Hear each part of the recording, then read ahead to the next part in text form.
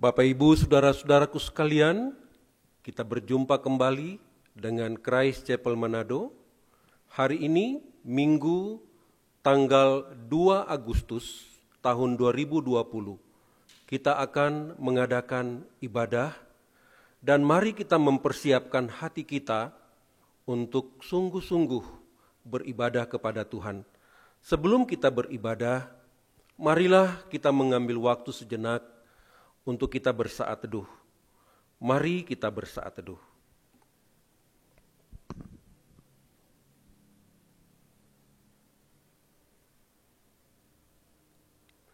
Saat teduh selesai, mari bersama-sama kita bangkit berdiri dan kita menyanyikan lagu Roh Allah Maha Hidup.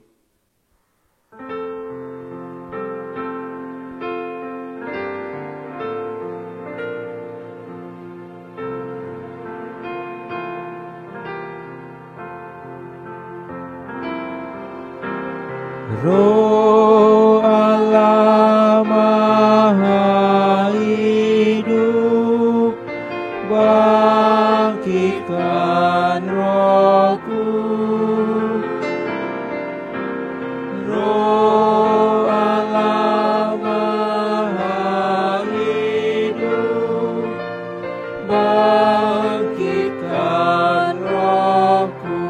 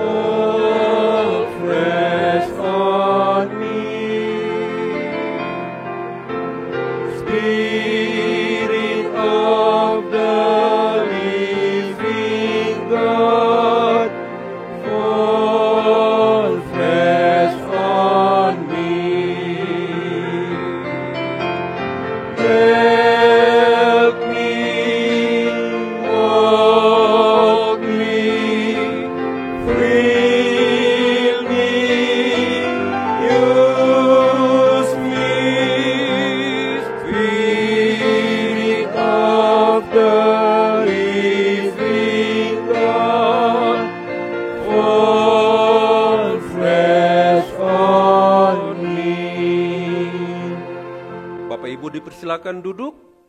Salam sejahtera dalam kasih Kristus saya sampaikan untuk kita sekalian yang berada di rumah.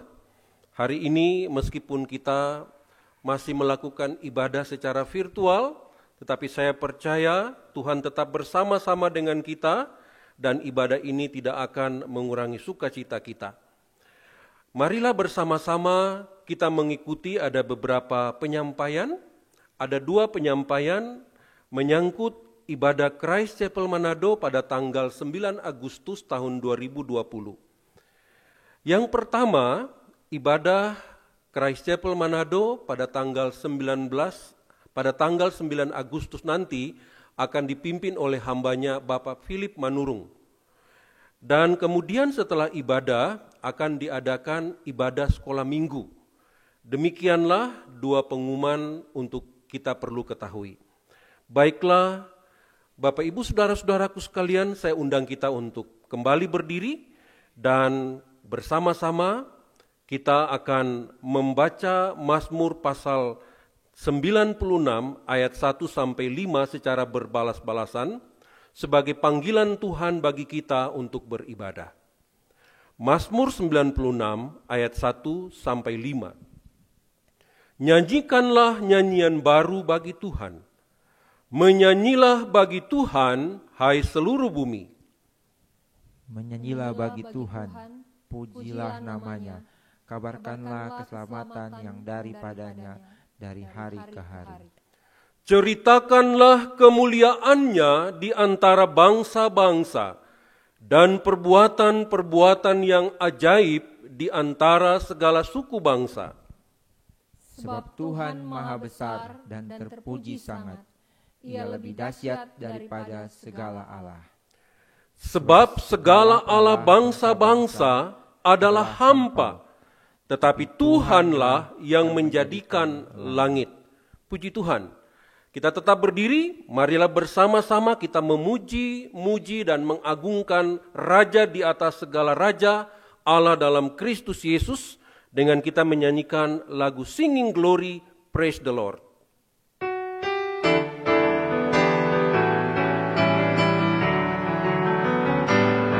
Singing glory, praise the Lord, hallelujah. Singing glory, praise the Lord, hallelujah. Singing glory, praise the Lord, hallelujah. Singing glory, hallelujah, praise the Lord. Oh my brother, praise the Lord, hallelujah. Oh my sister, praise the Lord, hallelujah. Everybody praise the Lord, hallelujah. Singing glory, hallelujah, praise the Lord. Mari kita bersatu dalam doa, kita serahkan hidup kita dan jalannya ibadah kita pada saat ini. Kita berdoa. Bapa Sorgawi, di dalam nama Yesus Kristus, kami datang menghadap kekudusan-Mu di hari perhentian-Mu yang kudus pada saat ini. Kami bersyukur berterima kasih untuk kasih setia-Mu yang selalu menaungi kehidupan kami, yang membawa kami untuk melakukan banyak perkara di kehidupan ini.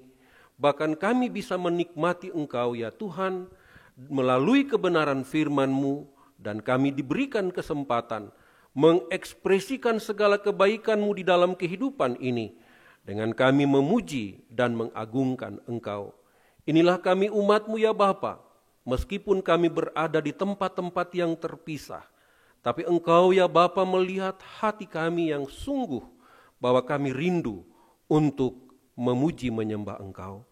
Kami sadar ya Bapa bahwa pujian penyembahan kami bukan menjadi jaminan Engkau dipermuliakan. Karena pada hakikatnya Engkau adalah Allah Maha Mulia. Maka kesempatan anugerah ini adalah sebagai kesempatan bagi kami untuk belajar bersyukur, belajar berterima kasih, belajar mengekspresikan kebaikan Tuhan melalui ibadah kami secara konvensional.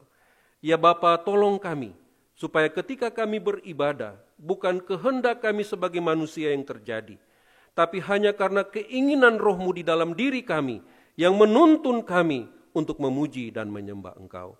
Kami berdoa menyerahkan kehidupan kami dan jalannya ibadah ini dari awal sampai selesainya.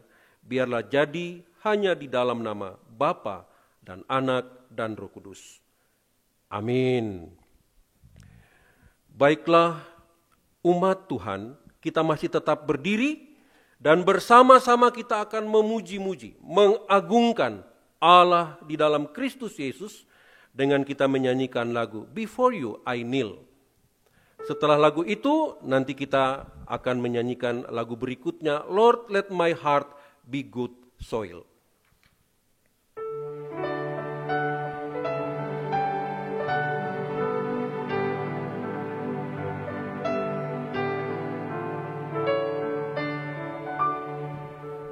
For you I kneel, my Master and Maker, to offer the work of my hand. For this is the day you've given your servant. I will rejoice and be glad, for the strength I have to live and reign, for each skill grace has given me. given opportunities that will glorify your great name.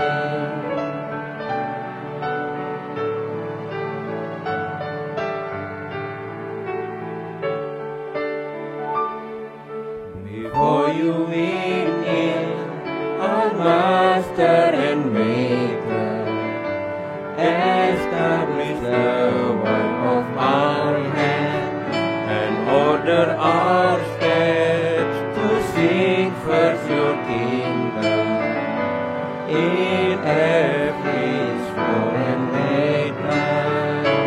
May we live the gospel of your grace, serve your purpose in our fleeting days. Then our life will bring eternal praise and all glory to your great name. Agung dan mulialah Allah dalam Kristus Yesus, yang selalu menyatakan kebesarannya dalam kehidupan kita. Maka biarlah kita terus memuji dan mengagungkan Tuhan kita. Sebab jika kita tidak memuji-muji Dia, maka Tuhan bisa memakai batu-batu, bahkan bisa memakai tumbuh-tumbuhan untuk memuji Dia.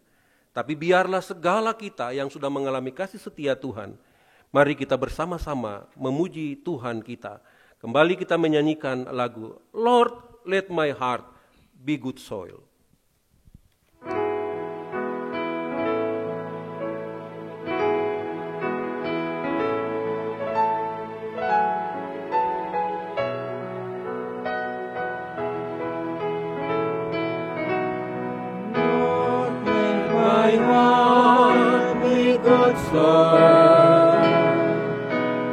Open to the sea of your word.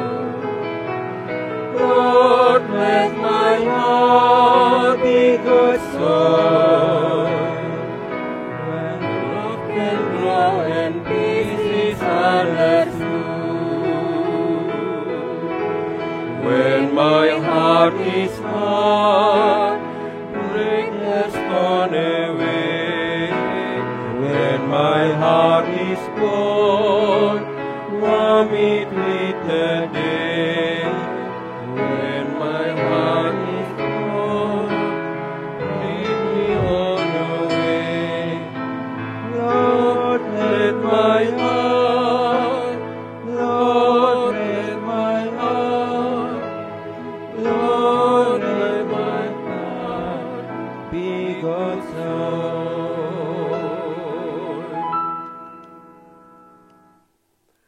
Bapak, Ibu, saudara-saudaraku, silakan duduk kembali dan mari bersama-sama kita akan mengungkapkan iman dan pertobatan kita.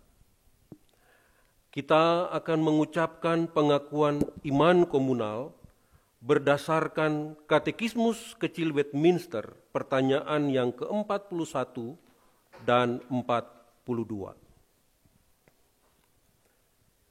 Di manakah hukum moral dijabarkan dengan ringkas? Hukum moral dijabarkan dengan ringkas dalam 10 perintah Allah. Apakah rangkuman dari 10 perintah Allah? Rangkuman dari seluruh perintah Allah adalah kasihilah Tuhan Allahmu dengan segenap hatimu, dan dengan segenap jiwamu, dengan segenap kekuatanmu, dengan segenap pikiranmu, dan kasihilah sesamamu manusia seperti dirimu sendiri. Kita datang dalam pengakuan dosa komunal. Ya Tuhan Allah yang pengasih, kami sadar Engkau mengasihi kami, tetapi kami tidak selalu mengasihi-Mu dengan sepenuhnya. Engkau memanggil, tetapi kami tidak selalu mendengar. Engkau mengulurkan tangan, tetapi kami berpangku tangan. Kami seringkali berjalan menjauhi sesama kami yang memerlukan. Kami memusatkan perhatian pada kepentingan dan kebutuhan kami sendiri.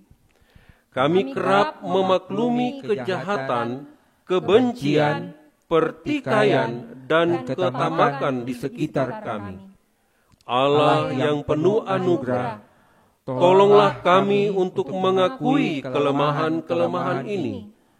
Tolonglah kami untuk mau datang mendekat kepadamu. Tolonglah kami untuk menginginkan Engkau.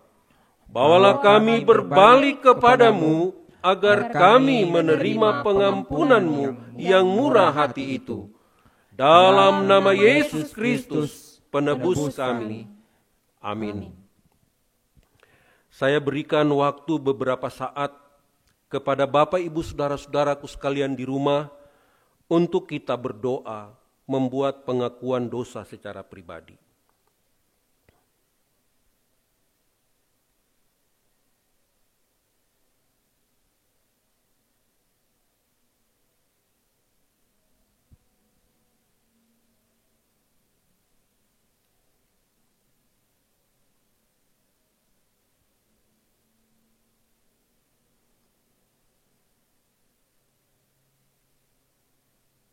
Bapa Sorgawi, dengar dan sahutilah umat-Mu yang sudah mengaku dosa-dosa mereka secara pribadi kepadamu.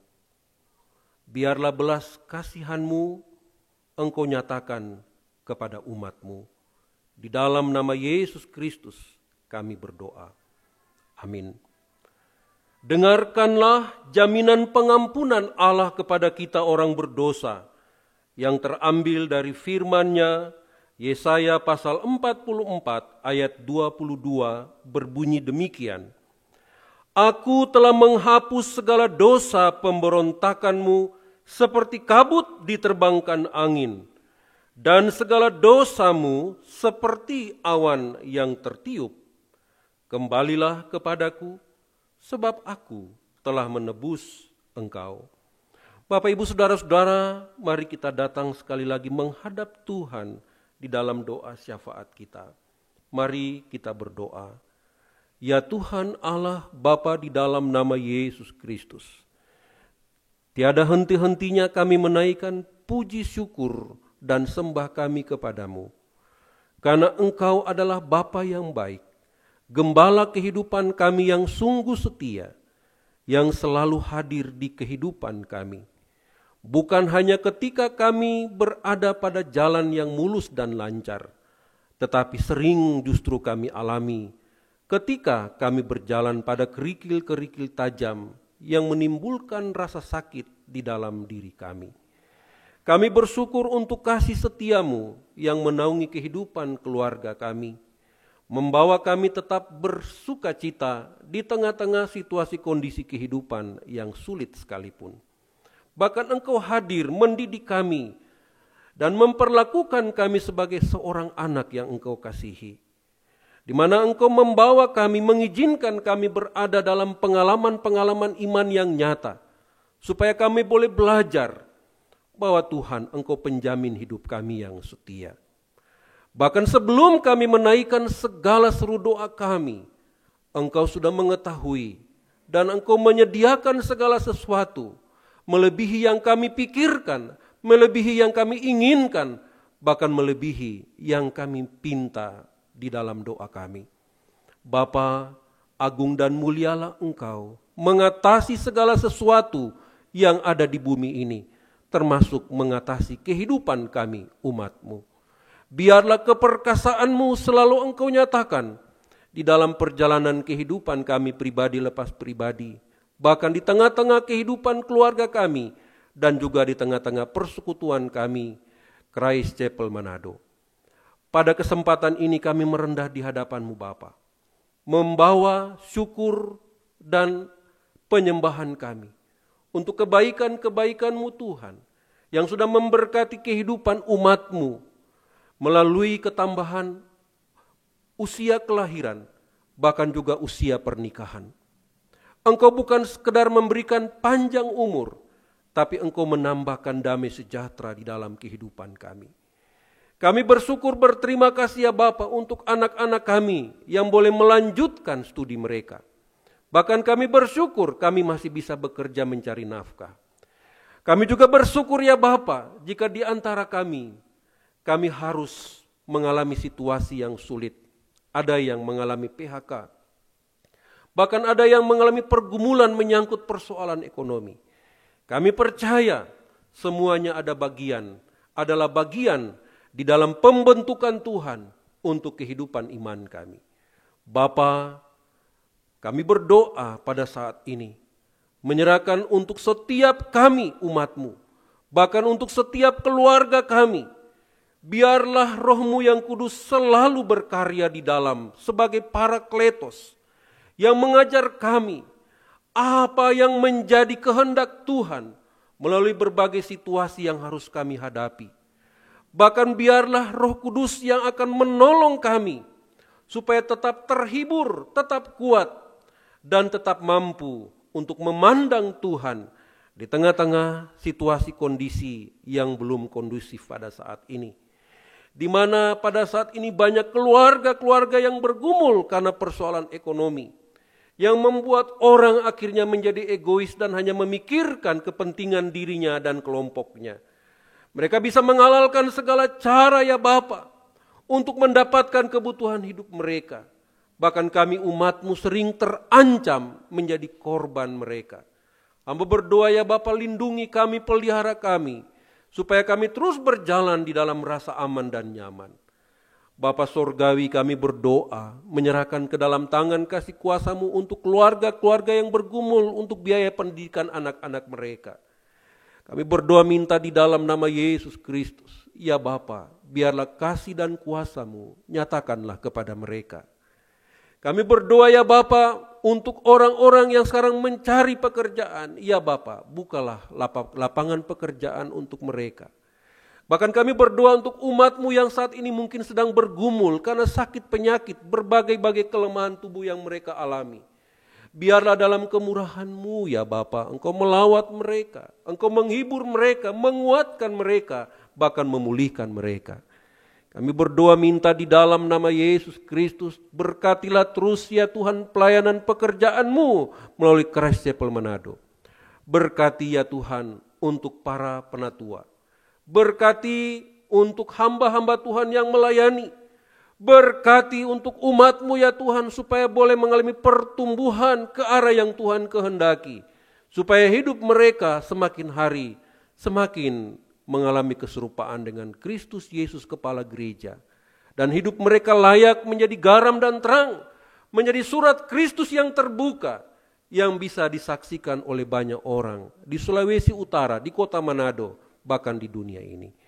Terima kasih ya Bapa, kami serahkan ke dalam tangan kasih kuasa-Mu untuk hamba-Mu, yang sebentar nanti akan memberitakan isi hati-Mu. Berkati hamba-Mu, Bapak Dalvin Tanan. Biarlah hikmat kekuatan Tuhan yang menaungi dan memampukan hamba-Mu. Terima kasih Bapa di sorga, terpujilah nama-Mu selama-lamanya. Ini syukur kami, penyembahan kami, syafaat kami kepadamu.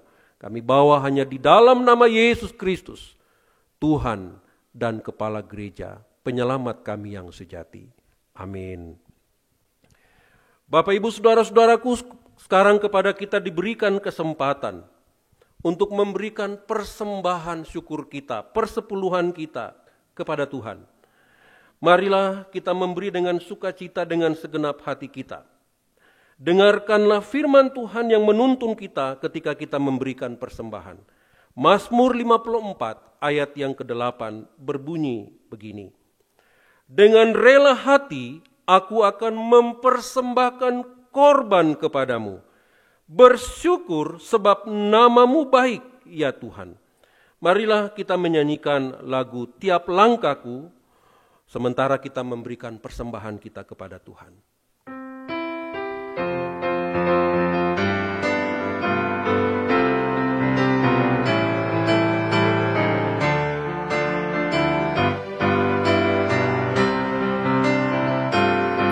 Langkahku diatur oleh Tuhan, dan tangan kasih-Nya memimpinku.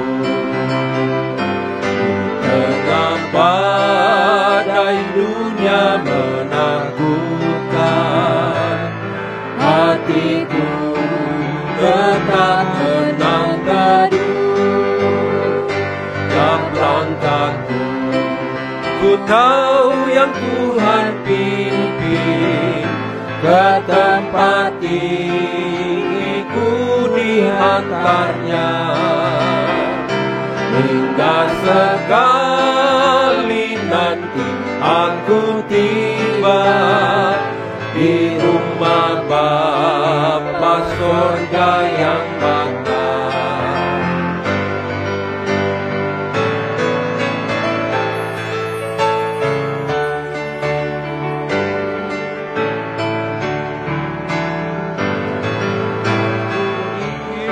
Imanku mulai goyah, dan bila jalanku hampir sesat, ku pandang Tuhanku penebus dosa.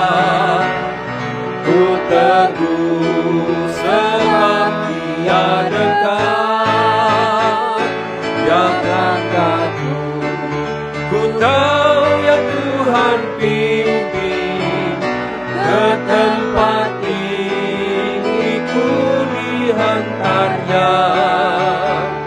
Hingga sekali nanti aku tiba di rumah Bapa sorga yang bangga. Di rumah Bapa sorga yang bangga. Tuhan, marilah kita menyerahkan persembahan syukur kita dan persepuluhan kita kepada Tuhan melalui kita berdoa bersama-sama. Mari kita berdoa. Bapa, terima kasih untuk kesempatan anugerah-Mu bagi kami hari ini, untuk bisa belajar mengungkapkan syukur terima kasih kami dengan memberikan apa yang Tuhan sudah percayakan kepada kami melalui persembahan syukur dan persepuluhan. Memang jumlahnya tidak sebanding ya Bapa dengan segala berkat-berkat-Mu di dalam hidup kami. Namun kami percaya Engkau melihat kepada kesungguhan dan ketulusan hati kami di dalam memberi. Bapa, terimalah persembahan syukur kami. Pakailah itu untuk berguna bagi pekerjaan-Mu di tengah-tengah dunia ini, di Sulawesi Utara, di kota Manado, melalui Christ Chapel Manado. Berkatilah ya Bapa untuk umat-Mu yang sudah memberi, bahkan yang belum sempat memberi, agar di dalam kehidupan kami kiranya terus boleh menikmati akan kebaikan-kebaikan-Mu Bapa, bahkan kehadiran-Mu di tengah-tengah kehidupan kami pribadi, usaha pekerjaan kami, keluarga kami. Oleh karena itu hamba berdoa ya Bapa, berkati kami dalam segala usaha-usaha pekerjaan, bisnis profesi kami, supaya biarlah semuanya itu bukan sekedar membawa kebaikan untuk kami, tapi menjadi sarana Tuhan untuk memberkati orang lain, menyatakan Kristus bagi dunia ini, bagi lingkungan masyarakat di mana kami berada.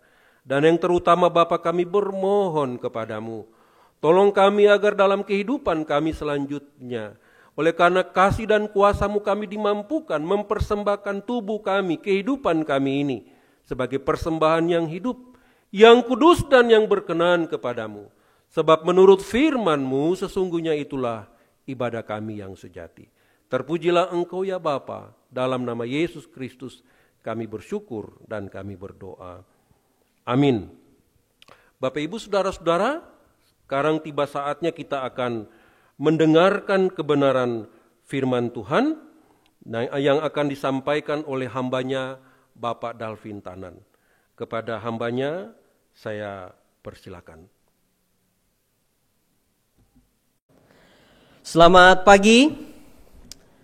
Kita kembali berjumpa dalam ibadah kita pada hari Minggu di tanggal 2 Agustus 2020. Saya menyapa kepada kita semua jemaat Tuhan yang ada di Christ Chapel Manado. Selamat beribadah kepada kita semua dan juga kepada rekan-rekan yang berkesempatan untuk mengikuti ibadah melalui saluran ini. Kiranya Tuhan menolong dan memimpin kita untuk kita dibentuk oleh kebenaran firman-Nya dalam ibadah ini. Sebelum beribadah, sebelum kita lanjut membaca bagian firman Tuhan dan merenungkannya, mari kita berdoa terlebih dahulu. Mari kita berdoa.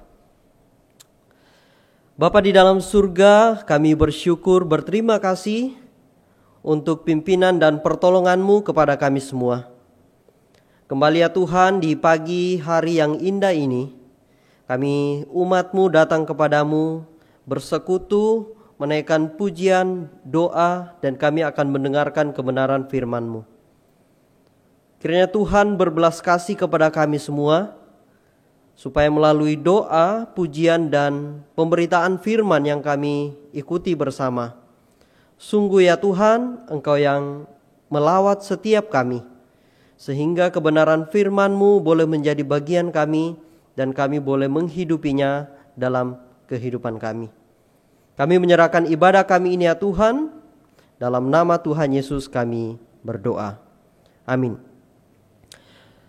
Bapak, Ibu, saudara-saudari sekalian, di pagi ini kita akan kembali melanjutkan eksposisi kita dari kitab Filipi, dan pada saat ini kita sampai pada Filipi pasal 4, dan kita akan merenungkan secara khusus dari ayat 8 sampai 9. Filipi pasal 4 ayat 8 sampai 9. Saya akan bacakan bagian Alkitab ini kepada kita semua.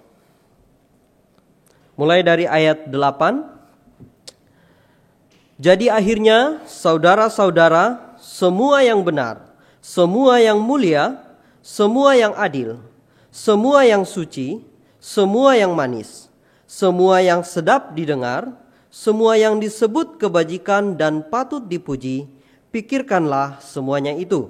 Lanjut di ayat 9. Dan apa yang telah kamu pelajari, dan apa yang telah kamu terima, dan apa yang telah kamu dengar, dan apa yang telah kamu lihat padaku, lakukanlah itu. Maka Allah sumber damai sejahtera akan menyertai kamu. Bapak Ibu, bagian ini kita akan sama-sama renungkan dalam judul yang saya beri seperti ini, Following His Followers, mengikuti pengikutnya. Nah, Bapak Ibu, ada yang menarik dalam dunia media sosial saat ini ya. Ya, kita tahu bersama media sosial sudah menjadi bagian yang penting dalam keseharian kita sebagai manusia modern. Kini berinteraksi dan bersosialisasi dengan orang lain ya, tidak hanya dapat dilakukan dengan bertatap muka satu dengan yang lain di satu tempat, tetapi interaksi ini juga sudah dapat dilakukan melalui media sosial yang kita miliki, gitu ya. Dengan perkembangan teknologi ini sudah banyak aktivitas yang bisa kita lakukan dalam keseharian kita. Dan semakin hari kita sudah menyaksikan ya dan melakukan berbagai aktivitas dengan memanfaatkan media sosial ini, ya. Bahkan teknologi ini sudah menolong kita untuk kita manfaatkan dalam melakukan pelaksanaan ibadah, termasuk seperti pada saat ini. Dan kita bersyukur Bapak Ibu. Nah, selain fungsi-fungsi yang bisa dimaksimalkan dari media sosial seperti ini, ada satu sistem yang dibangun untuk membuat kita terus terkoneksi satu dengan yang lain. Setiap pengguna bisa menjadi pengikut atau follower dari akun-akun yang dia kehendaki untuk dia ikuti, gitu ya. Seseorang yang menjadi follower, ya, seseorang menjadi follower ini dia mau mendapatkan informasi yang terbaru, ya, dan informasi-informasi penting lainnya dari akun yang dia ikuti ini. Nah, di sisi lain ada satu akun yang atau bahkan kita yang memiliki akun ini akan berusaha untuk mencari sebanyak mungkin follower yang bisa kita miliki dalam media sosial kita, gitu ya. Jadi kita menginginkan ada banyak follower bagi kita. Di satu sisi ada kita mengikuti akun tertentu, dan di satu sisi orang lain juga menginginkan dia memiliki banyak follower. Nah, selain kita mencari siapa yang akan kita ikuti dan bagaimana kita mendapatkan follower, ya, keberadaan seperti ini bisa dimanfaatkan untuk berbagai macam kepentingan, termasuk kepentingan bisnis. Diharapkan bahwa follower yang sudah ada dapat memberikan loyalitas dan kepercayaan pada brand bisnis pemilik akun tertentu, ya, sehingga dapat merekomendasikan bisnis tersebut kepada pihak-pihak lain. Dan tentunya ini sebuah peluang yang sudah terbuka kepada setiap orang-orang yang mau mengusahakannya. Nah, Bapak Ibu, saudara-saudara, saya melihat ada pola yang terjadi dalam interaksi seperti ini, ya. Kita akan mengupayakan untuk mencari siapa yang akan kita ikuti, ya. Lalu kita akan mencari siapa yang kita akan contoh, gitu ya. Siapa yang akan menjadi panutan bagi kita. Dan sebaliknya, kita juga akan memiliki intensi untuk mendapatkan orang-orang yang setuju, ya, untuk mendapatkan orang-orang yang sepaham dan mau berjalan bahkan menjadi pengikut kita. Dan dengan penggunaan teknologi ini memang itu bisa dimungkinkan, ya. Nah, Bapak Ibu, bagian Alkitab yang kita baca dalam pasal 4 ini merupakan rangkaian nasihat, penguatan, dan perintah kepada jemaat. Paulus memanggil orang-orang Filipi untuk bersikap gembira sehingga mereka mengganti kecemasan dengan doa yang penuh harap dan syukur. Dia juga memanggil mereka untuk memikirkan dan mempraktikkan kebajikan-kebajikan Kristen. Sebelumnya kita sudah banyak membaca bagaimana penekanan-penekanan penting yang disampaikan oleh Rasul Paulus. Nah, dalam bagian ini kita juga melihat satu bentuk instruksi yang perlu diperhatikan oleh jemaat. Berbagai macam hal yang perlu dipikirkan oleh jemaat, gitu ya. Semua yang benar, semua yang mulia, semua yang adil, yang suci, yang manis, yang sedap didengar, semua yang disebut kebajikan dan patut dipuji. Pikirkanlah semuanya itu.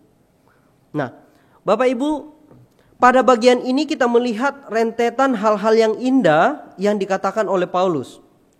Nah, secara pribadi saya juga melihat bahwa setelah pemaparan-pemaparan dari bagian sebelumnya, ya, dia seolah-olah mau memastikan bahwa pembacanya menangkap maksud penulisan yang disampaikan Paulus, semua yang suci dan segala macam ini. Dia mau bahwa pembacanya itu tetap memiliki perhatian sampai di sini, gitu ya. Tetap memiliki fokus pada apa yang disampaikan oleh Paulus dalam bagian ini. Paulus menekankan hal-hal penting, ya, untuk jemaat perhatikan di bagian ini. Nah, hal ini bisa kita katakan demikian karena kita melihat penggunaan frasa, ya, yang Paulus katakan jadi akhirnya, gitu ya. Setelah berbagai macam hal yang dia sampaikan, dia perlu menekankan satu ini. Jadi akhirnya, semua yang benar dan seterusnya itu Paulus sampaikan. Nah, Bapak Ibu, seolah-olah bagian ini jangan sampai terlewatkan, ya.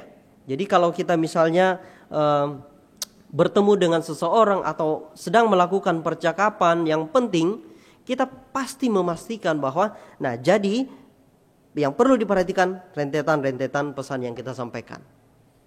Nah, saya melihat itu ada dalam bagian yang Paulus tuliskan ini, ya.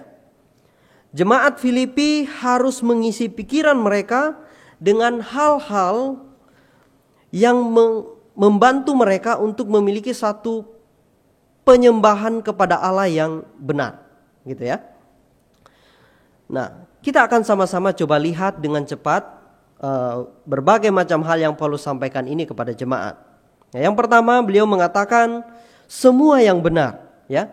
Nah, kita melihat di sini Rasul Paulus memiliki satu kepercayaan kepada jemaat bahwa jemaat ini mampu menilai hal-hal benar dan yang tidak, gitu ya. Bahkan sebelumnya juga Paulus juga sudah mengingatkan jemaat untuk sehati sepikir dalam Kristus. Mampu memikirkan yang benar, ya, merupakan perilaku yang sadar bahwa ada otoritas yang menjadi standar dalam melakukan penilaian. Nah, ketika kita mengingat kembali bagian-bagian bacaan-bacaan kita sebelumnya, berulang-ulang Paulus mengajak jemaat untuk melihat kepada pribadi Kristus yang mereka harus fokuskan. Jadi demikian halnya dalam bagaimana mereka menilai standar apa yang harus digunakan untuk menilai sesuatu bahwa ini benar dan ini salah. Nah, otak kita dipenuhi dengan segala sesuatu yang benar. Ya, Rasul Paulus mengajak jemaat untuk mengisi apa yang mereka pikirkan itu dengan sesuatu yang benar. Bagaimana mereka memikirkan supaya mereka bisa sungguh-sungguh melakukan sesuatu dengan tepat. Bagaimana supaya mereka bisa menyenangkan hati Allah. Karena kebenaran dalam firman Allah yang sejati menjadi satu-satunya standar yang utama. Selanjutnya, semua yang mulia, ya, terhormat. Hal ini bisa merujuk pada motivasi dan ketulusan seseorang dalam melakukan sesuatu. Bagaimana dia bisa melihat kepentingan orang lain lebih utama dari kepentingan dirinya sendiri. Ini juga kita sudah bahas dalam pembahasan sebelumnya. Adalah tindakan yang mulia, yang terhormat, mau berkorban bagi orang lain, ya. Ketika orang memiliki satu ketulusan, satu kerelaan untuk memperjuangkan hal-hal yang patut diperjuangkan, yang bisa memberi dampak bagi orang lain, ini bisa kita lihat bahwa itu adalah tindakan yang mulia, yang terhormat. Nah, selanjutnya semua yang adil. Nah, Bapak Ibu, konsep adil. Apakah pemahaman adil adalah sama rata? Misal makanan akan dibagi sama rata kepada orang dewasa dan anak-anak? Tentu tidak ya Bapak Ibu. Nah, penekanan adil secara umum mungkin kita sepakat bahwa adil itu sesuai dengan kebutuhan. Jika di sini membutuhkan 10, maka kita akan berikan 10 kepada mereka. Dan jika di sini membutuhkan 5, maka kita akan memberikan 5 kepada mereka sesuai dengan kebutuhan mereka. Jika dia membutuhkan tangga, maka kita akan berikan tangga kepada dia. Jika dia bisa berdiri sendiri, maka dia akan berdiri sendiri. Nah, Bapak Ibu, selain dengan penekanan ini, saya mau mengajak kita untuk melihat konsep adil ini dari perspektif Allah, ya. Bagaimana perspektif Allah dalam mengatur segala sesuatunya dan itu masuk dalam kategori adil. Nah, konsep adil perlu kita pahami dari perspektif Allah yang memberikan anugerahnya kepada orang yang diperkenankannya. Memikirkan semua yang adil tidak bisa lepas dari bagaimana kita mengerti kehendak Tuhan. Bukan fokus pada diri kita sendiri. Memikirkan semua yang adil berarti kita mau belajar untuk mengerti apa sih yang Tuhan mau. Dan dalam Alkitab kita selalu melihat bagaimana Tuhan berkenan untuk melakukan kehendaknya dan itu bisa dikerjakan kepada siapapun. Nah, itulah konsep adil yang perlu kita perhatikan. Ketika kita melihat konsep adil ini, kita harus melihat dari sumbernya dari mana. Dan otoritas apa yang dia miliki untuk memberikan bagian ini. Gitu ya. Dia berkenan untuk memberikan anugerahnya kepada orang-orang yang berdosa. Dan itu adalah adil. Karena dia berotoritas atas keputusan-keputusan yang dia kerjakan. Bapak Ibu, selanjutnya. Semua yang suci. Ya. Ini menggambarkan ya ketekunan dalam menjalani kehidupan sesuai kehendak Tuhan. Ya.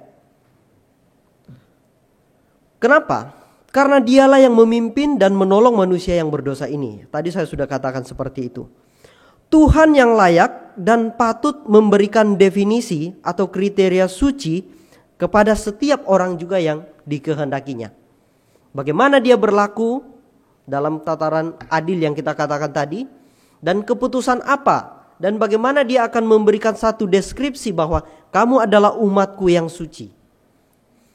Kita tidak menyebut diri kita suci karena kita mampu melakukan berbagai macam ritual agamawi yang banyak, yang baik. Tetapi bagaimana karya Tuhan menyebut anak-anaknya itu kudus, suci, kudus, itu karena Dia yang melayakkan semuanya. Nah, lalu Bapak Ibu, semua yang manis, ya. Semua tindakan yang mendatangkan dan membawa kesegaran atau kenikmatan dalam hidup, ya. Termasuk bagaimana menyikapi perselisihan atau pertengkaran yang terjadi, ya. Dalam kitab Filipi kita membaca, ya, bahwa Paulus mengajak para tua-tua untuk menolong rekan-rekan yang ada dalam perselisihan, ya. Nah, kepedulian satu dengan yang lain ini kita butuhkan. Kita akan menikmati adanya satu persekutuan ketika kita bisa memiliki satu kepedulian satu dengan yang lain. Selanjutnya, semua yang sedap didengar. Saya pikir kita semua senang, ya, dengan hal-hal ini. Kita senang dengan hal-hal yang menyenangkan untuk kita bisa dengar, ya. Mungkin itu bisa berupa pujian dari keluarga dan rekan-rekan yang lain, ya. Mungkin juga adalah satu tindakan untuk kita mengapresiasi seseorang, ya. Dan kita yang diapresiasi pun senang mendengar akan hal itu. Atau mungkin juga berkaitan dengan tindakan untuk mau mengakui dan menyadari kesalahan kita. Kita akan sangat senang mendengar orang-orang yang dengan rendah hati mengakui kesalahan dan jujur kepada kita semua. Atau juga ini adalah tindakan untuk introspeksi diri, ya.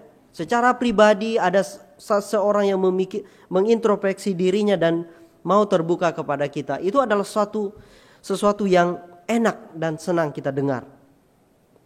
Namun Bapak Ibu, ketika kita mau melihat bahwa semua yang sedap didengar, saya yakin bagian ini tidak dimaksudkan bahwa kita bisa selalu menyenangkan telinga orang lain, gitu ya.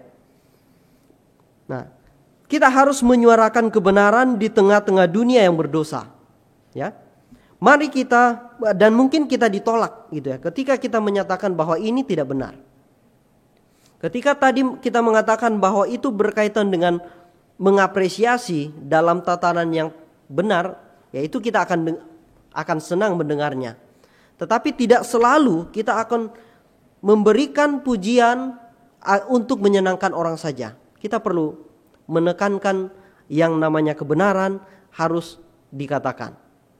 Mungkin itu akan menegur, mungkin itu akan ditolak, dan mungkin itu akan dijauhi. Kita yang menyampaikan kebenaran ini mungkin saja akan dijauhi. Bahkan mungkin kita ditentang, bahkan dianiaya. Nah, Bapak Ibu, tugas kita harus terus menyuarakan kebenaran dalam setiap kesempatan dan bagaimana kita menggumulkan bersama dengan Tuhan. Selanjutnya, semua yang disebut kebajikan dan patut dipuji, pikirkanlah itu. Wow, banyak ya Bapak Ibu. Dalam pembacaan ini kita belajar bahwa ternyata banyak hal-hal yang perlu kita pikirkan dengan serius. Orang Kristen harus menggunakan kapasitas yang mereka miliki untuk berpikir dengan baik. Kita harus jelas akan hal-hal apa saja yang perlu kita pikirkan. Kita perlu hati-hati dengan pikiran-pikiran yang tidak berguna atau bahkan pikiran yang tidak dikehendaki Allah. Saya pikir ini ada satu penekanan yang Paulus juga jaga supaya jemaat bisa memperhatikan bagaimana mereka memikirkan sesuatu dan pikiran itu sesuai dengan kehendak Allah. Dalam bagian 1 Korintus pasal 14 ayat yang ke-20, kita membaca bahwa Paulus mengingatkan jemaat seperti ini, Bapak Ibu. Saudara-saudara, janganlah seperti anak-anak dalam pikiranmu. Jadilah anak-anak dalam kejahatan, tetapi dewasa dalam pemikiranmu. Nah, sekali lagi, di bagian yang lain Paulus menekankan bagaimana supaya jemaat bisa bertumbuh dan dewasa dalam pemikiran mereka. Umat Tuhan perlu bertumbuh, ya, dan dewasa dalam pemikirannya. Umat Tuhan perlu menggunakan kemampuannya dalam berpikir ini supaya bisa menjadi berkat, bisa membawa kesejahteraan dimanapun mereka berada. Orang percaya itu harus aktif mengerjakan yang terbaik yang mereka lakukan dan memikirkan yang paling baik dalam setiap pilihan-pilihan yang ada. Nah, Bapak Ibu, setelah kita bersama-sama dengan sedikit lebih jauh melihat bagaimana ekspektasi, pikiran-pikiran yang Paulus inginkan bagi jemaat, mohon izin saya ingin bertanya kepada kita semua. Apa yang sedang menjadi bahan pemikiran kita akhir-akhir ini? Mungkin di pagi ini, mungkin dalam 1 minggu yang sudah berlalu, atau mungkin dalam 1 bulan, atau mungkin dalam beberapa bulan yang sudah kita lewati. Apa yang menjadi bahan pemikiran kita? Apa yang terus kita pikirkan di akhir-akhir ini, Bapak Ibu? Apakah pikiran itu adalah beban yang Tuhan berikan untuk kita gumulkan bersama Dia? Apa yang memenuhi pikiran kita? Apakah dipenuhi dengan hal-hal yang bisa menguntungkan kita saja? Atau apakah kita memikirkan sesuatu yang fokus pada kenyamanan dan kepuasan diri kita? Atau bahkan apakah pikiran kita dipenuhi dengan kekhawatiran dan kecemasan? Ya. Sehingga mungkin di akhir-akhir ini kita mungkin sulit tidur, ya, tidak bisa makan, mengurung diri, ya. Jadi beban-beban pemikiran karena kekhawatiran dan kecemasan. Saudara, firman Tuhan mengingatkan kita untuk tidak khawatir, melainkan datang kepada Allah. Pemazmur dalam Mazmur pasal 1 menggambarkan jalan orang benar dan jalan orang fasik, ya.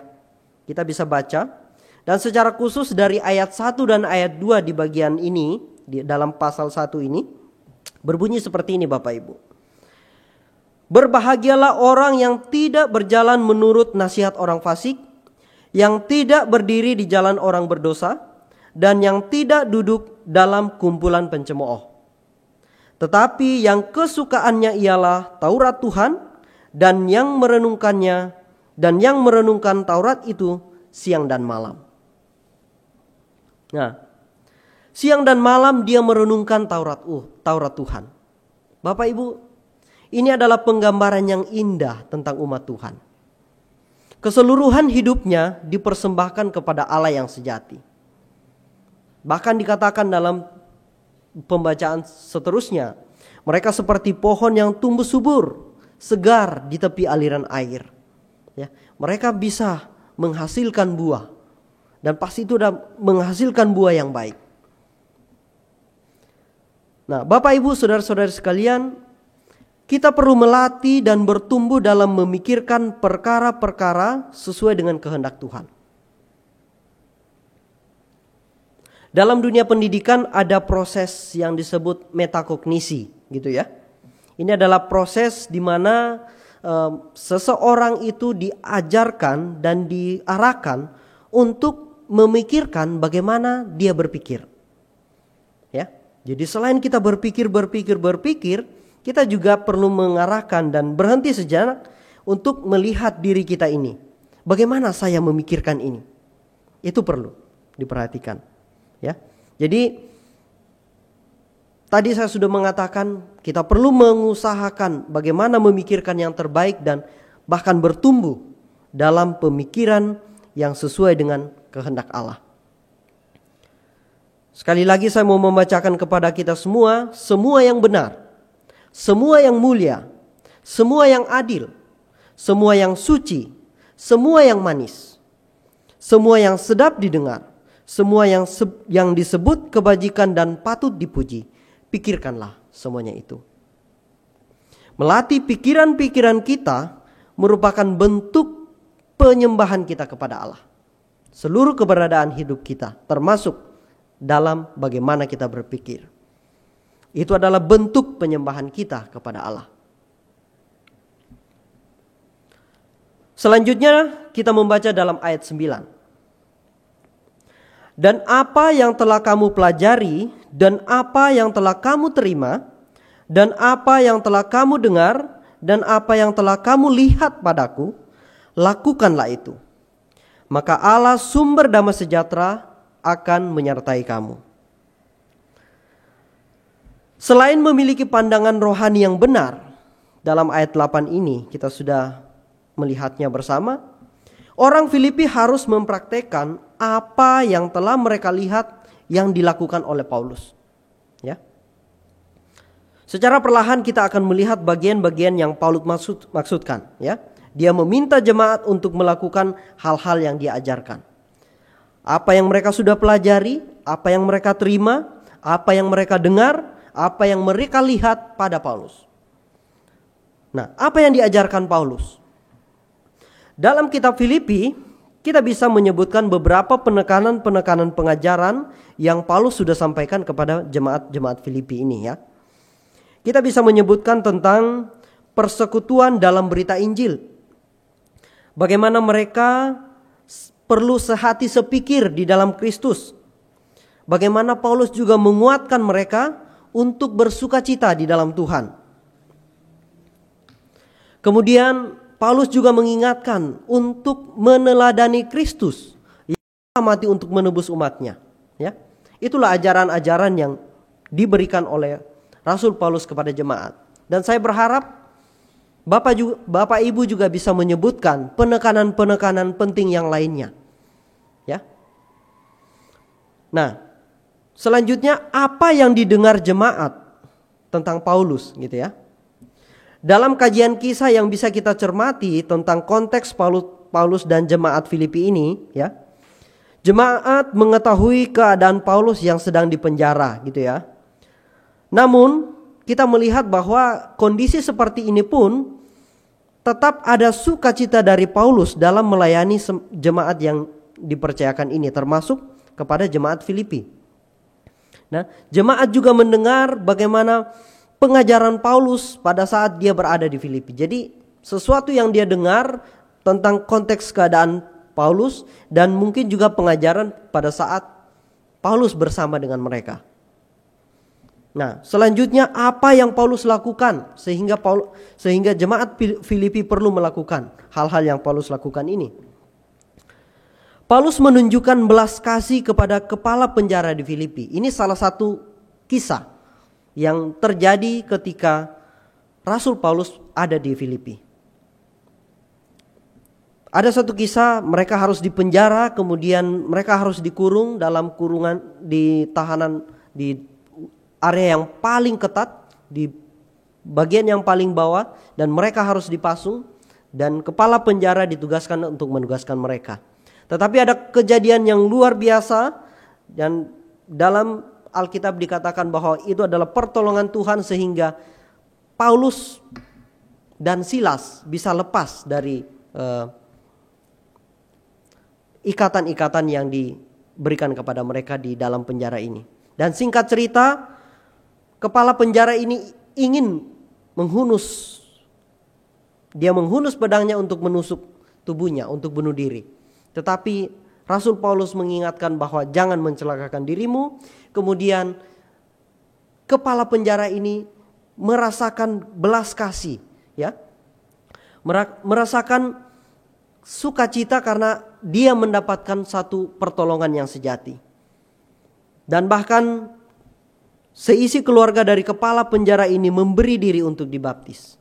Itu kira-kira beberapa kisah, aktivitas dan kejadian yang terjadi yang jemaat Filipi lihat pada diri Paulus. Paulus juga berupaya untuk menggembalakan jemaat dengan tepat, ya. Ada terus daya dan upaya yang dia lakukan untuk membimbing jemaat. Nah, walaupun secara fisik Paulus ada dalam keadaan yang dipenjara. Nah, Bapak Ibu saudara-saudara sekalian, ya, kita bersama-sama melihat bahwa Paulus dengan penuh keteguhan hati menggunakan pengajaran, perkataan, dan tindakannya untuk dilakukan oleh jemaat. Paulus menekankan keberadaan hidupnya untuk dilihat, ya, dilihat oleh orang-orang yang dia layani. Nah, pertanyaan penting yang bisa kita ajukan Bapak Ibu, kenapa Paulus bisa berani untuk meminta jemaat melakukan apa yang dia ajarkan dan melakukan apa yang dia lakukan? Nah, apakah Paulus ini manusia super gitu ya Bapak Ibu? Kita bisa saja langsung melanjutkan dengan pertanyaan-pertanyaan itu. Apakah dia adalah penguasa? Ya? Apakah dia adalah orang yang bergelimang harta benda? Tidak, Bapak Ibu. Ya. Paulus adalah orang yang menyerahkan dirinya kepada Kristus. Paulus mengikuti pengajaran dan keteladanan dari Kristus. Paulus mengerti panggilannya untuk melayani Tuhannya, Allah yang sejati. Dia mengerti tujuan hidupnya untuk menyenangkan Allah yang dia sembah. Bapak Ibu, kita melihat pola yang unik, ya. Paulus mengikut Kristus, jemaat mengikut teladan Paulus. Ya. Paulus mengajak jemaat untuk mencontoh dia sebagaimana Paulus mencontoh Kristus. Nah, keunikan dari pola ini terletak pada keberadaan orang kudus yang dipakai Allah sebagai alatnya yang efektif, ya. Allah memakai Paulus untuk memperlihatkan kasih-Nya kepada jemaat. Allah memakai Paulus untuk memperlihatkan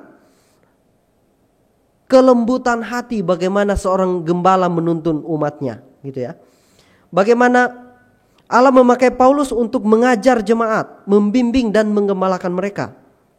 Nah, bahkan juga Bapak Ibu dalam Alkitab kita bisa menemukan sekian banyak orang yang Tuhan pakai untuk menyatakan kehendaknya dan memimpin umatnya.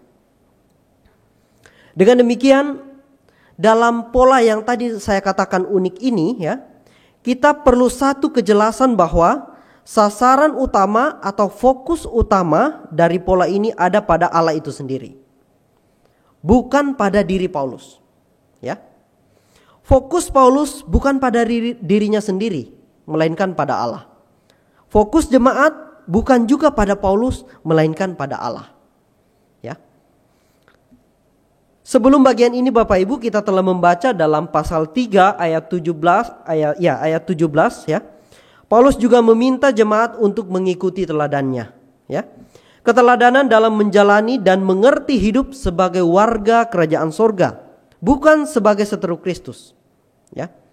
Bahkan dalam beberapa bagian Alkitab yang lain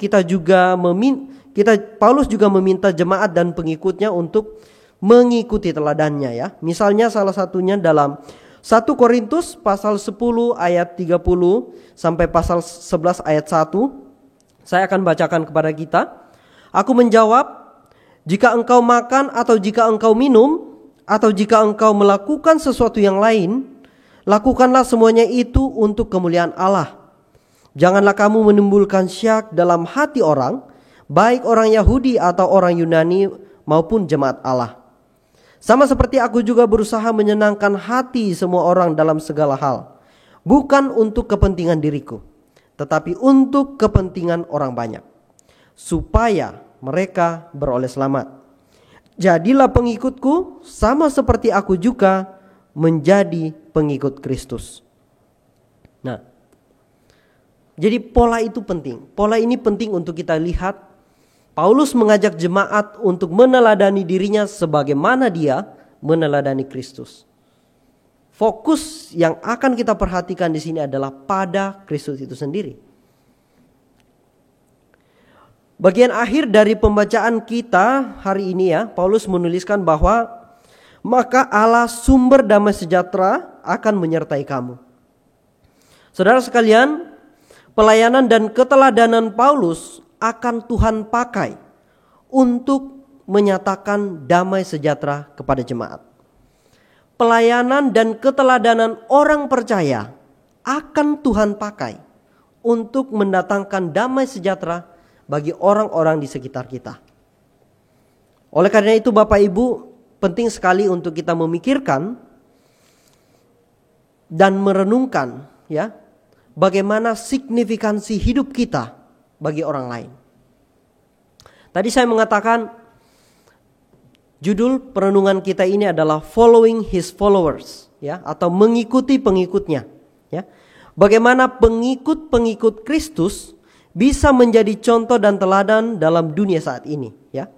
Apakah pengikut Kristus bisa menunjukkan kasih dan kebenaran Kristus bagi orang-orang di sekitar mereka? Oleh karena itu, signifikansi keberadaan kita ini perlu kita sadari dengan baik. Suka atau tidak suka, sadar atau tidak sadar, ya, keberadaan kita di antara sesama itu punya pengaruh, Bapak Ibu. Bahkan bisa saling mempengaruhi. Nah, salah satu rekan dalam sepelayanan kami pernah mengatakan seperti ini, bahwa orang-orang yang Tuhan tempatkan di sekitar kita itu adalah orang-orang terbaik sesuai dengan hikmat dan bijaksananya Tuhan. Ya. Orang-orang yang ada di sekitar kita itu adalah orang-orang terbaik yang Tuhan tempatkan sesuai dengan hikmat bijaksana Tuhan. Nah, orang-orang itulah yang akan bersama dengan kita menjalani setiap kesempatan untuk bertumbuh bersama mengenal kebenaran. Kita akan berinteraksi satu dengan yang lain, gitu ya. Setiap tanggung jawab atau peran kita, ya, dimanapun kita berada dalam kapasitas masing-masing, dalam rumah tangga kita masing-masing, di tempat kerja kita, dalam masyarakat, dalam bergereja, ini peran dan tanggung jawab kita ini kita perlu mengerti, ya.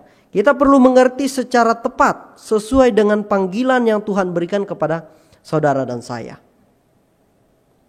Secara pribadi saya merenungkan bagian ini dan secara pribadi juga saya merefleksikan.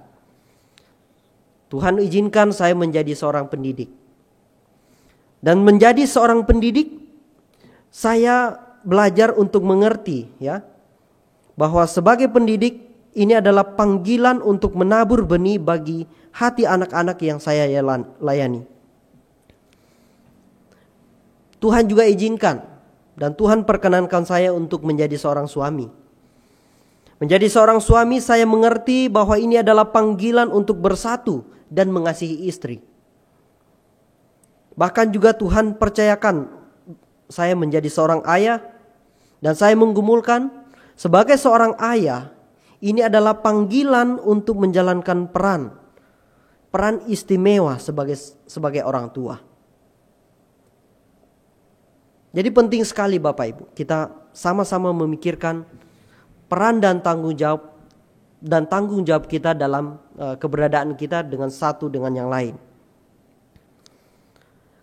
Keseharian yang saya lakukan dan Bapak Ibu lakukan itu dilihat oleh orang lain, gitu ya.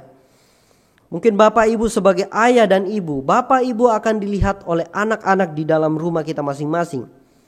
Yang menjadi pendidik, Bapak Ibu akan dilihat oleh murid-murid yang Bapak Ibu ajar. Yang menjadi pemimpin juga akan dilihat oleh anggota-anggotanya.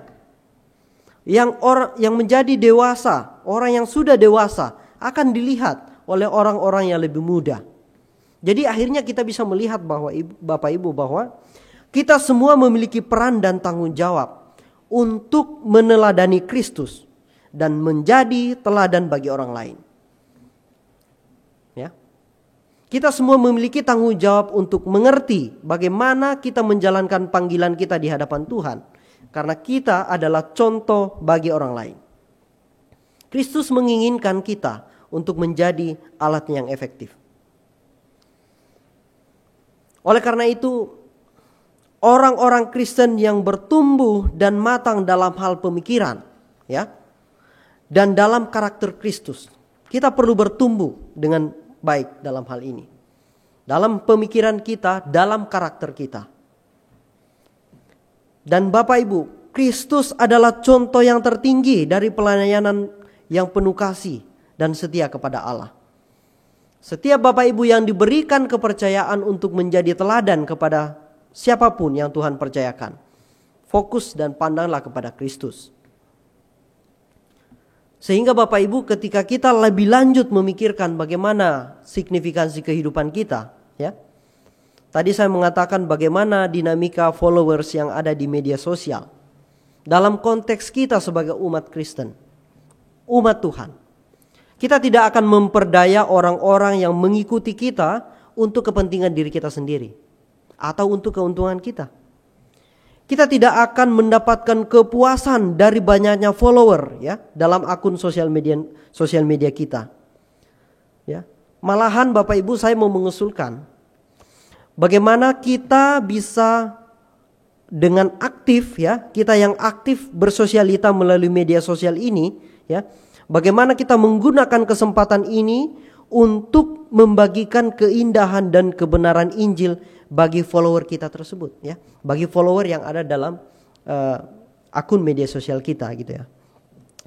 Bagaimana postingan story ya yang kita bagikan merupakan cerminan dari pertolongan Allah yang Maha Kuasa yang memimpin dan menolong kita. Kisah apa yang kita bagikan? Dalam story-story yang kita terus bagikan, kita update seterusnya gitu ya. Setiap beberapa saat kita update.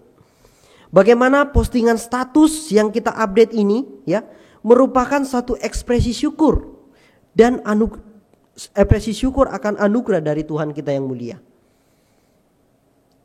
Terlihat bahwa kita adalah orang yang bergumul dan terus berjalan bersama dengan Tuhan. Ada ekspresi syukur yang kita naikkan dalam setiap kesempatan.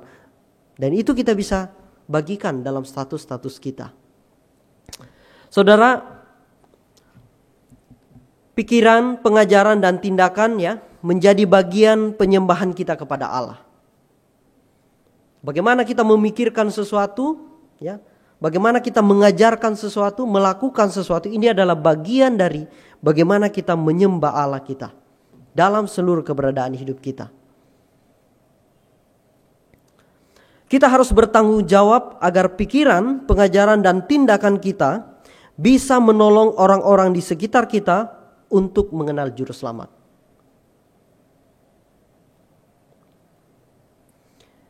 Kita perlu sadar bagaimana kita belajar menghidupi firman dengan taat, ya, dengan taat dan setia untuk menjadi penolong bagi kita, untuk kita bisa mengerti bagaimana menjalankan tanggung jawab kita ini.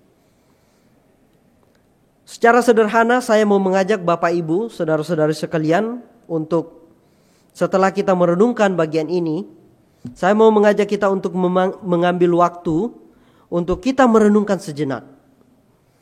Mari kita melihat orang-orang yang berada di dekat kita masing-masing.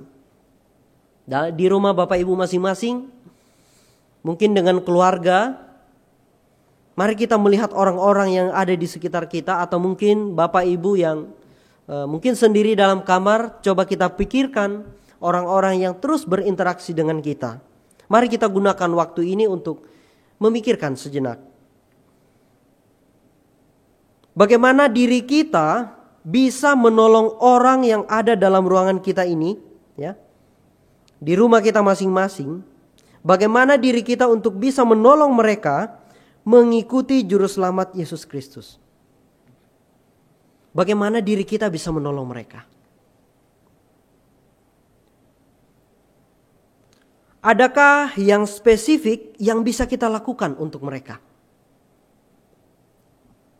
Orang-orang itu ada di sekitar Bapak Ibu. Kebiasaan, berbagai macam kebiasaan kelakuan yang dilakukan Bapak Ibu yang tahu. Apa hal spesifik yang bisa kita lakukan supaya mereka mengenal juru selamat? Supaya mereka bertumbuh dalam iman mereka. Selanjutnya, mungkin ada hal-hal yang perlu kita sadari bahwa ini perlu kita ubah. Diri kita perlu berubah supaya orang di sekitar kita ini bisa mengenal dan semakin bertumbuh dalam kebenaran.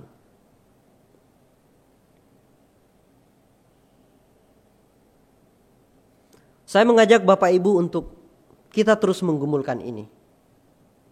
Tuhan memanggil kita untuk menjadi alatnya yang efektif. Oleh karena itu Bapak Ibu, dengarkanlah pimpinan Tuhan kepada kita semua, supaya kita bisa menjalankan tanggung jawab kita dengan baik. Serahkanlah hidupmu kepada Kristus, Bapak Ibu, agar engkau dipakai olehnya. Kuasa kebangkitan Kristus akan menolongmu untuk menjadi teladan bagi orang lain demi kemuliaan-Nya. Dan biarlah damai sejahtera dari Allah akan menyertai kamu sekalian. Amin. Bapak Ibu sekalian, mari kita berdoa. Kami bersyukur ya Tuhan untuk kesempatan di pagi hari ini. Kami sudah mendengarkan kebenaran firman-Mu. Mohon Tuhan menuntun dan menolong kami, supaya kebenaran firman yang boleh kami dengarkan, boleh kami lakukan.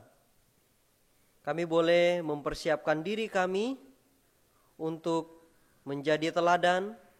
Kami boleh mempersiapkan diri kami untuk membimbing orang-orang di sekitar kami untuk mengenal kebenaran-Mu. Bapa di surga, kiranya Tuhan menolong dan menyertai kami. Dalam nama Tuhan Yesus kami berdoa. Amin. Bapak Ibu sekalian, kita lanjutkan, kita memuji Tuhan kita dalam ibadah kita pada pagi hari ini. Bersama-sama mari kita menyanyikan lagu yang berjudul Tuhan Inilah Hidupku. Biarlah lagu ini menjadi doa kita untuk kita menjalankan dan menggumulkan hidup kita di hadapan Tuhan untuk terus dipakai oleh-Nya. Tuhan inilah hidupku.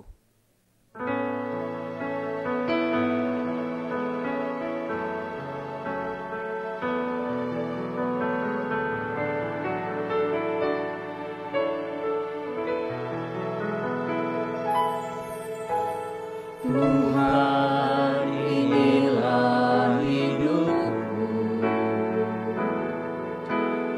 ku serahkan padamu segala cita-citaku, masa depanku menjadi jadikan kami terang di tengah kegelapan dunia, membawa bangsa-bangsa kepadamu. Tuhan, ini kerinduanku.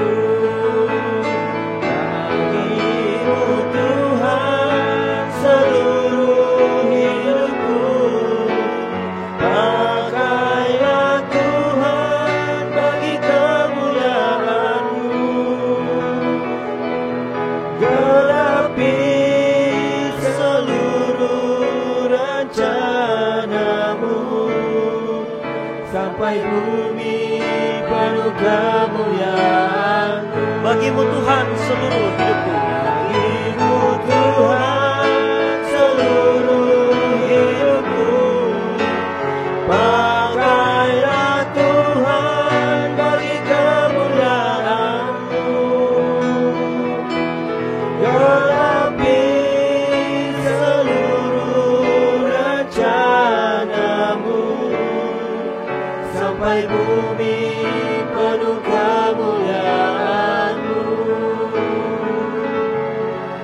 Sampai bumi penuh kemuliaan-Mu.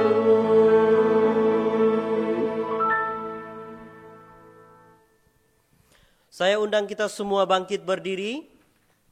Bersama-sama mari kita mengembalikan segala hormat dan kemuliaan kepada Allah Tritunggal. Kita menaikkan doksologi.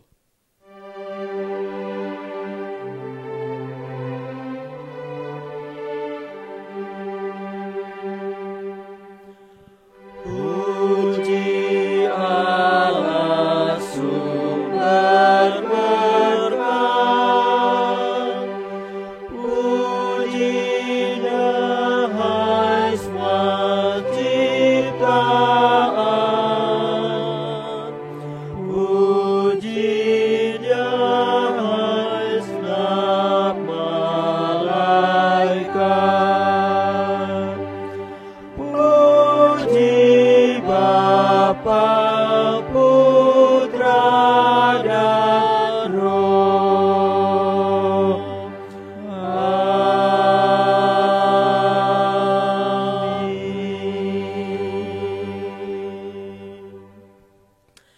Jemaat yang dikasihi Tuhan, sebelum kita kembali ke dalam kehidupan kita masing-masing,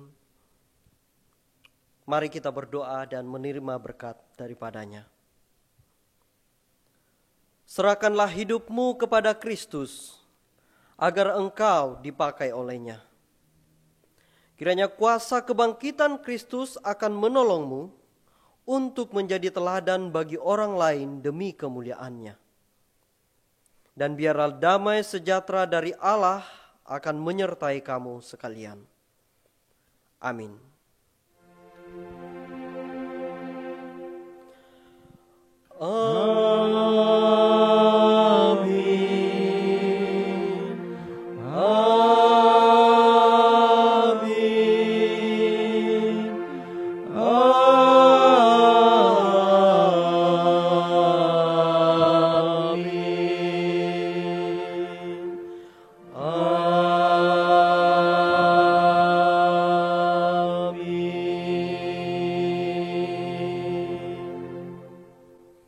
Silakan duduk Bapak Ibu, silakan mengambil waktu teduh untuk bersyukur kepada Tuhan.